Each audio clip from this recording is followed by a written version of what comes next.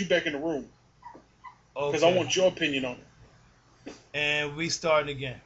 Okay, I just said this before, but Yanks was gone, and so I'm gonna say it again because I want his input on it.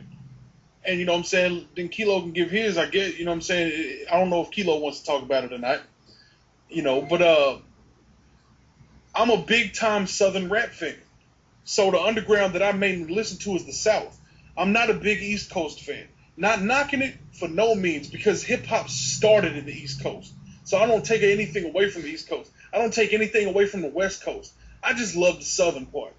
But my favorite hip hop artist from the East Coast right now has got to be Yankees Busta fan Rhymes. for life. Oh, my bad. My favorite unsigned talent is Yankees fan. But my favorite mainstream artist is Bust. Because Busta Rhymes just goes so hard, and that tongue twisting that he's doing, you don't hear too many people in the East Coast tongue twist like it. Not anymore. Oh yeah, not anymore. Yeah, that's what I'm talking about is nowadays. And when he goes off, he completely goes 100% the fuck off. He goes ham and eggs. Man. And then on the West Coast, you know, you got so many guys that's coming up right now, and I honestly can't even tell you none of them because I haven't been paying attention to West Coast. But again, I'm not gonna knock West Coast. But my favorite shit is Southern music. I've always loved Southern rap.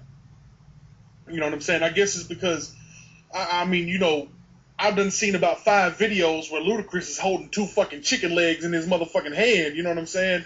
Just the epitome of the South, man. And you know, just like Yanks, I know you fuck with the East Coast because you know what you hear and what you see is the epitome of the East Coast. Right. You know what I'm saying? But we can't take anything away from nobody. But I No. want to know what you think about this shit. Nah, every region has its own. Every region has its own sound. Every region has its own audience. You know what I mean? Like at one time up north, I don't like to call it the East Coast because you know you got Atlanta, Georgia. Down south, you got Miami. That's the South, but it's still the East Coast. You know what I'm saying? But a lot of people don't consider that East Coast music. They just consider New York and Philly and whatever. But so I look at it regional, like up north, down south, you know, West Coast, whatever. But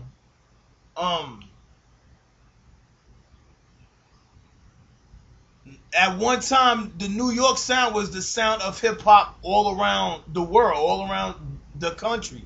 You know what I mean? So it was refreshing when the West Coast came out with NWA and Ice-T and everyone. That was a whole new thing. Like everybody got to hear a whole new sound, a whole new culture. You know, we got to learn what was going on with Bloods and Crips and shit like that because before that, we didn't really know what was going on over there. You know what I'm saying? So when that shit got hot, you know what I'm saying? It was like, damn, that's what's up. You know, and then when down south got popping like with Ghetto Boys, you know what I mean? Like we got to hear motherfuckers like we got to hear a whole new sound. You know what I'm saying? It was a little bit slower. You know what I'm saying? It was a little harder with the thump and the bass and everything, but it epitomized everything. You know, like with New York, we talk fast with you know with hustlers and shit. So a lot of our rap songs were fast. A lot of the beats were fast and everything. Down south is a little bit more laid back. So the beat's a little bit slower, but the bass is a little bit louder. It thumps more. You know what I'm saying? There's a lot of big booty girls down south, so you get a lot of that big booty bass shaking action going on. You know what I'm saying? So I like that the sound reflects the region, and you know the stories being told, the words being displayed, the slang being thrown. You know what I'm saying? You know what I'm saying? It's a nice reflection. So I'm glad that there's diversity in hip hop now as opposed to the early '80s when it was just New York, and everybody thought everybody talked like that. You know what I mean? Well, I want to, you know what I'm saying? I hate to, I'm not trying to take over your show, Yanks, but I got a question for y'all, though. You the man. I'm going to ask Kilo first, because Kilo ain't got that much talk time in. So, Kilo, I know you probably seen it. What is your thoughts on Wrestling Jesus making his new account and all he's focusing on is hip hop? Wrestling Jesus, and all he's focusing on is hip hop. He's got a new account called RapTube. I mean, The account's gone. Somebody just notified me that the account is gone. But anyway, That's your typical Wrestling Jesus account. I'm not really just trying to say just Wrestling Jesus in general. But what is your opinions on some of these guys on YouTube that's in the YWC that have expressed their opinions about hip hop and all they're doing is judging it off the mainstream? They stupid. They stupid. They're regular YWC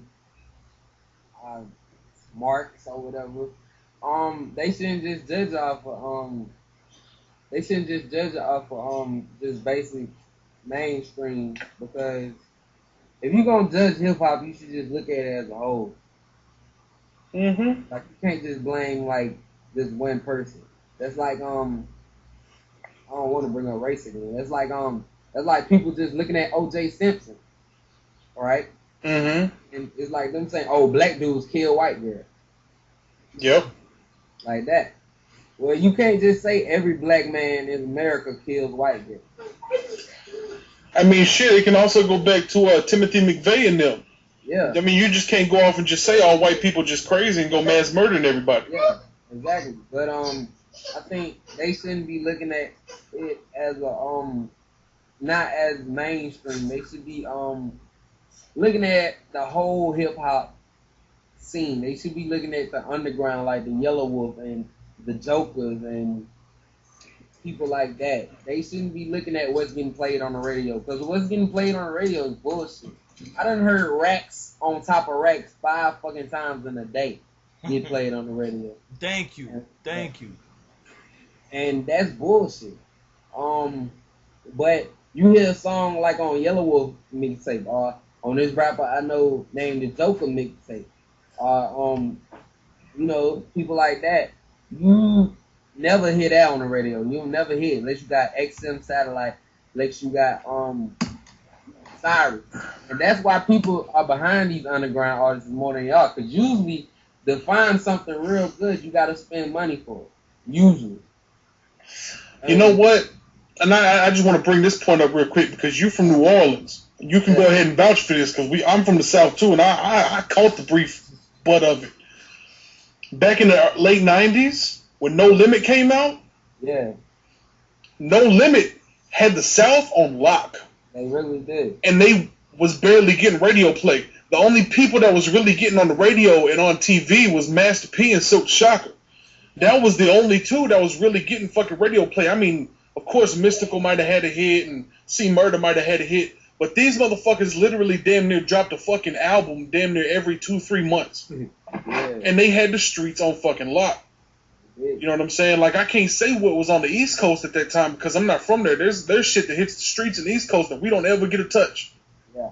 During that time, it was DMX, Jay-Z, The Lox, Mace, Lil Kim.